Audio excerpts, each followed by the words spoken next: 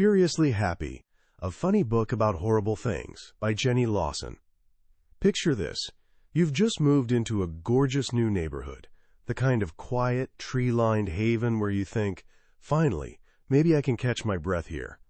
So you stroll down to this charming little park with a babbling stream, and just as you're settling onto the grass, two absolutely stunning white swans glide gracefully around the bend.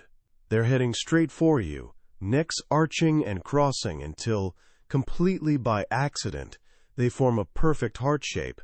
You exhale deeply, feeling something like peace wash over you for the first time in ages, and you think, this is it. This is the sign I needed. Everything's gonna be okay. And then the entire gang of swans tries to murder you. Suddenly they're lunging out of the water, snorting and hissing like feathered linebackers executing a perfect blitz formation. You're screaming, scrambling to your feet, running for dear life while imagining the slap, slap, slap of webbed feet closing in behind you. This isn't some weird indie horror movie. This actually happened to author Jenny Lawson, and honestly, it's the perfect snapshot of what her book, Furiously Happy, is all about. This is a book that discovers the hilarious, the bizarre, and the strangely beautiful hiding inside moments of absolute terror. It's sold millions of copies and touched countless lives, not by offering neat little solutions in a pretty box, but by fearlessly diving headfirst into the messy, chaotic, often ridiculous reality of living with mental illness. Jenny Lawson, better known to her millions of online followers as the Bloggess, has spent her entire life navigating an overwhelming sea of diagnoses: severe anxiety disorder, clinical depression, avoidant personality disorder, rheumatoid arthritis, and that's just the opening act. For years, she fought it, hid it, and got absolutely crushed by it. But one day, while drowning in an especially vicious depressive episode, she made a choice. A weird choice. A defiant, middle finger to the universe kind of choice. She decided she was going to be furiously happy, purely out of spite. Today, we're diving into that decision. We're exploring what it means to fight darkness, not by pretending it's not there, but by turning joy into a weapon against it.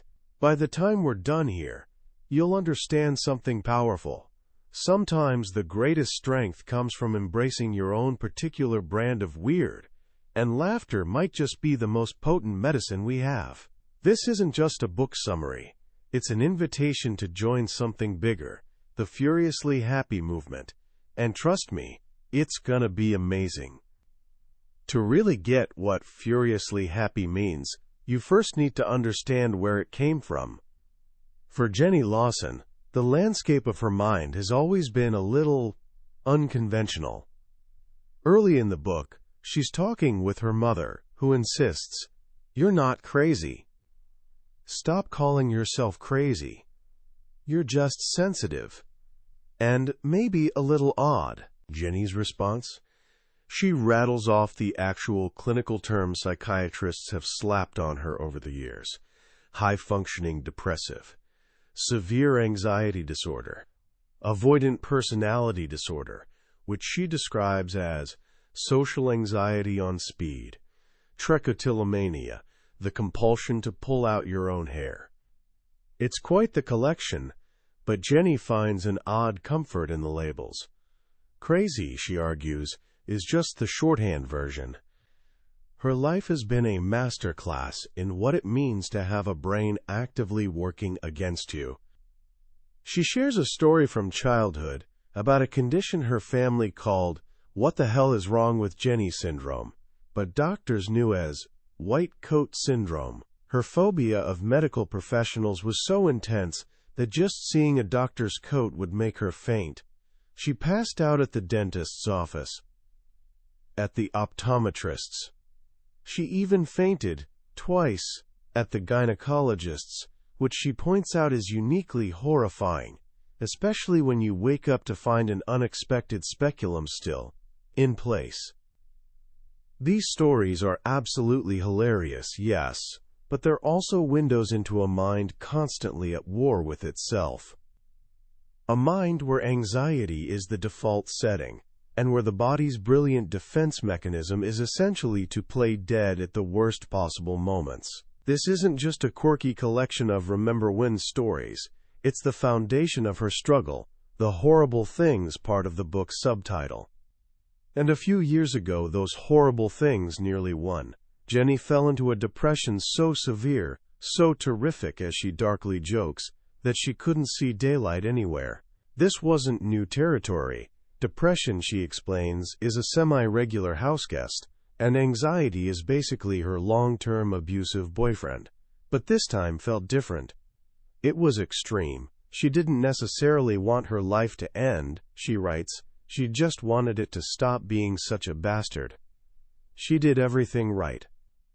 She reminded herself of what would become her mantra: depression lies. She told herself things would get better. But nothing worked. And as she sat drowning in that hopelessness, a different emotion bubbled up: anger. She was furious at life, furious at the unfairness of it all, angry because rage was literally the only emotion she had left. And in that moment of pure fury, something clicked. She went to her blog and wrote a post that would change everything. She declared war, not on her depression, but on the sadness it demanded from her. She wrote something like, "I am done with sadness. I am going to be furiously happy out of sheer spite." It was a battle cry. She announced she was starting a movement, the Furiously Happy movement. And it was going to be awesome, she said, because it would absolutely freak out everyone who feeds on your sadness. It was pure defiance. Within hours, the hashtag FURIOUSLYHAPPY was trending worldwide on Twitter. Thousands of people, sitting in their own darkness, heard that battle cry and roared back. It was the beginning of something transformative. So what does being furiously happy actually look like? For Jenny, it meant saying yes to the absurd. It meant deliberately collecting moments of joy, no matter how strange, to stockpile as ammunition for the next time darkness came knocking. Her new mantra became, "Decorum is highly overrated and probably causes cancer." She jumped into fountains, she chased tornadoes, she rented sloths by the hour, and she found a spiritual mascot for this entire movement, a taxidermied raccoon named Rory. Rory the raccoon is, in many ways, the beating heart of this book. He's not just any piece of taxidermy. Rory is frozen mid-celebration, standing on his hind legs, with his tiny arms stretched out in a state of eternal, ecstatic glee. His smile is so enormous, so impossibly joyous, that it's simultaneously hilarious and slightly terrifying. He looks, Jenny says, like he's screaming, "Oh my God, you are my favorite person ever. Please let me chew your face off with my love." Rory became her partner in joyful chaos. When her husband Victor was on serious work calls, she'd sneak up behind him and have Rory slowly rise over his shoulder like a furry, eavesdropping serial killer. She'd hide Rory in their bed so that when Victor pulled back the covers, he'd be face to face with a grinning dead raccoon ready to cuddle. Victor, the eternally patient straight man in so many of her stories, didn't always understand her love for Rory, but Jenny explains this is just her love language. Some women show affection with baked goods. She channels hers through preserved animal corpses. One night, around 2 a.m, fueled by insomnia and questionable judgment, she decided Rory was perfectly designed to ride her cats like a tiny rodeo star. The cats, naturally, were less than cooperative. She spent hours trying to stage this photo shoot, with cats flopping over and Rory tumbling to the floor. his arms still raised in celebration of their complete refusal to participate. Finally, one cat, Ferris Mueller, gave in, and Ginny captured the perfect picture of him carrying an ecstatic Rory on his back. This is what furiously happy looks like, a dead raccoon rodeo in your kitchen at 3 in the morning. Because these moments, she explains, are what you carry into battle. This philosophy didn't cure her. Not even close. She still spent weeks in bed when she couldn't get up. She still hid under her office desk when anxiety became overwhelming. The difference was that now she had a mental storeroom, a collection of memories, chasing tornadoes, running barefoot through a cemetery in a ball gown, a raccoon riding a cat. And she could remind herself that as soon as she had the strength, she'd get back out there and once again turn her attention to being furiously happy. It wasn't about surviving life anymore. It was about actually making a life. Jenny proposes something fascinating in the book. She suggests that people who've experienced the profound depths of depression might actually have a greater capacity for extreme joy. She writes, "It's about taking those moments when things are fine and making them amazing, because those moments are what make us who we are." It's the difference, she says, between taking a shower and teaching your monkey butler how to shampoo your hair. This is a book overflowing with stories that blur the line between mental illness and a life lived with glorious, unapologetic weirdness.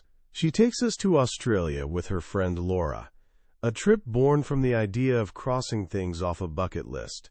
Her list, predictably, includes items like pudding wrestling with kangaroos and hugging a koala while dressed as a koala. She discovers that most koalas are riddled with chlamydia, which somehow only strengthens her connection to them. "We're both," she declares, "immunocompromised, lightly diseased, exhausted, and full of toxins. I'm totally a koala." The koala hugging mission doesn't go as planned. Turns out it's illegal in that part of Australia. But it doesn't matter. The sheer absurdity of standing in a koala enclosure wearing a full-body koala costume while staring at a sleeping, possibly drugged koala becomes another treasure for the storeroom. But underneath all the humor and taxidermied animals, there's a deep, unflinching honesty about the struggle. The book doesn't sugarcoat the darkest parts of mental illness. In a chapter called The Fear, she writes about her impulse control disorders, dermatillomania, and trichotillomania, the compulsions to scratch her own skin and pull out her own hair. She describes it as a way to externalize internal pain, to make it physical.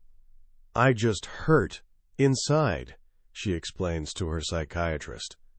"And when I tear at the outside, it makes me feel less torn up on the inside."